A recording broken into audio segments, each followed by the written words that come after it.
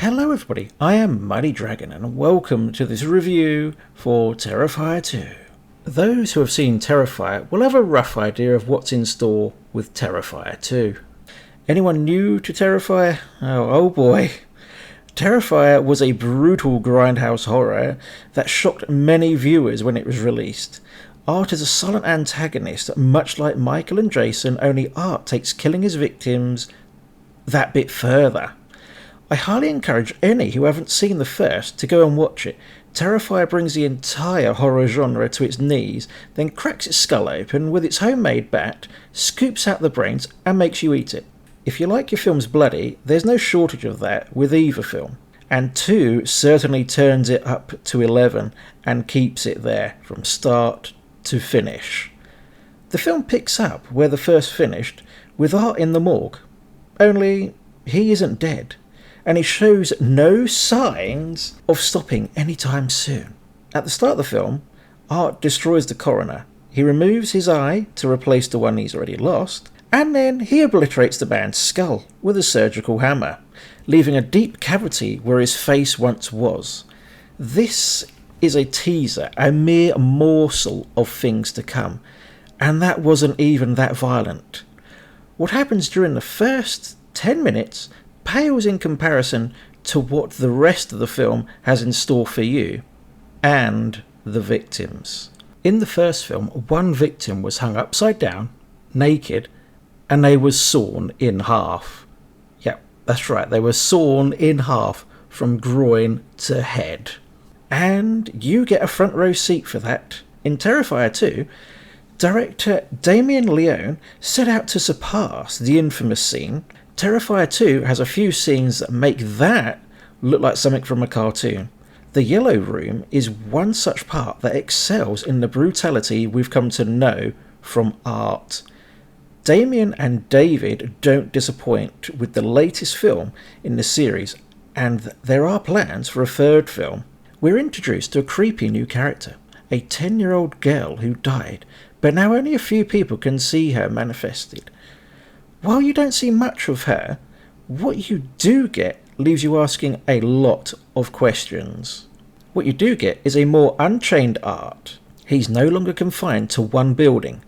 Art is now a free-range killer, and he never holds back. If you're squeamish, neither film is for you. The kill scenes are always a slow torture for the victims, as Art enjoys making people suffer, then silently laughs like a sadistic Mr. Bean. Sienna is our new protagonist in this film, and this time Art has a fight on his hands. Terrifier 2's plot is a brilliant one that takes you on a depraved ride into hell, the victim's hell that is. Sienna lives with her mother and younger brother. Their father died some time ago, but before so seemingly went crazy and had premonitions. He also drew disturbing pictures, including some depicted Sienna seemingly battling Art. And it's that outfit which Sienna then painstakingly spends months making for a Halloween party. Her brother wishes to dress up as the Miles County Killer, Art, much to the disapproval of both Sienna and their mother. Anyway, that night Sienna has a dream, a serious nightmare, where she ends up going to the Clown Cafe, where Art is of course there, and yeah, he fucking slaughters everyone there. What's awesome about that scene, there's a whole song going on about the Clown Cafe. There's also a kid sat at a table who's eating cereal, which is going to be an Art the Clown brand. And of course, what would you typically get with Art the Clown? Razor blades, other sharp objects, and that's exactly what is inside the cereal. Apart from cereal, you also get razors as well as maggots and other bugs in there as well. So Art completely lays waste to everyone with a fucking Tommy gun and a flamethrower, a miniature flamethrower I should add, and then goes after Sienna, who then draws a sword from the box of cereal, which is the same sword which is in her bedroom, and she deflects the fire from his flamethrower. And at that moment, in her room, it catches fire. So yeah, there's sort of a supernatural element to this film now. Don't let it put you off. Please do not be put off by any of that stuff. It really works so well with this film. So then, of course, Sienna wakes up from her nightmare, the room's on fire, she has to leave her room, and so then her mother's obviously not best pleased at the moment, seeing the room on fire. So she has an argument with Sienna. Jonathan expects to have the next day off school. Of course, it's not going to happen. So he's a bit pissed off about that as well. So anyway, shortly after, Jonathan, as we know, he's a bit disappointed that he can't dress up as Art the Clown for Halloween.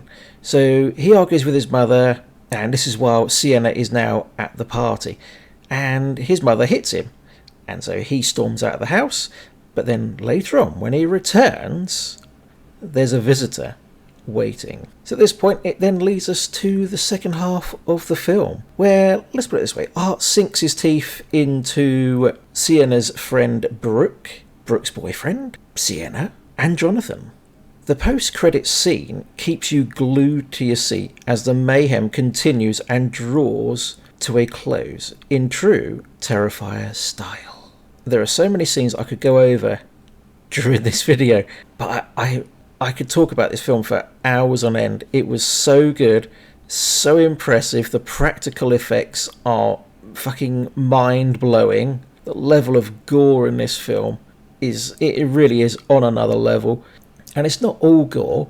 And despite Art being very, very disturbing, he's also entertaining as hell. And eerily creepy as well. The scene when Sienna's in the costume shop, yeah, that's some next level fucking acting going on right there.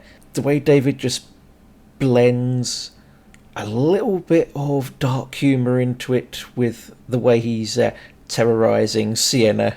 It's absolutely perfect. And it's dark and creepy as... Oh my gosh.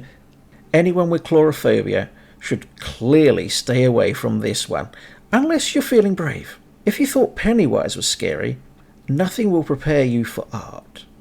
His prolonged stares and standing statue still are unnerving moments that happen before all hell breaks loose. David Howard Thornton's screen presence as Art is sinister, chilling, and dare I say, terrifying. From the way he moves to the crazy facial expressions Thornton does, you constantly question what on earth will he do next. Every second Art is on screen is a tense moment, such as when he arrives at Ali's house and she mistakes him for a trick-or-treater. What ensues is a nail-biting and equally disturbing performance, followed by one of the most gruesome scenes in the film. While other killers have signature weapons such as a knife for Michael, machete for Jason, Art carries a bin bag. A bag full of tricks, if you like, full of objects that ensure he causes maximum pain and suffering. One such weapon is a chain with scissors and other sharp objects on the end. Another is a piece of wood with blades bashed into it. Terrifier 2 is packed full of blood, guts, more blood, and even a scene that's enough to leave most men holding their privates. Terrifier 2 pushes the film in new directions that leave me excited for the third film and hopeful the world gives Damien Leone and David Howard Thornton the recognition they deserve for coming up with this bloody gruesome and awesome piece of cinematic horror. With Art coming back from the dead after having his fucking brains blown out by himself, which dad, during the end of the first film, we start to get into more of a supernatural area with Terrifier 2. What with the the crazy 10-year-old clown girl thing that you will see, and Sienna and her brother as well as Art can see this fucking clown girl. I loved this film from start to finish. I was hooked.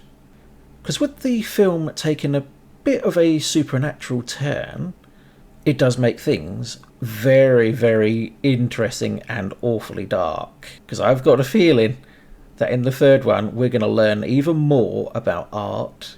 Yeah, if you have any ideas for what you think Art and the girl could be, I'd love to know your thoughts. But I do have some suspicions about quite a lot of things going on within the film.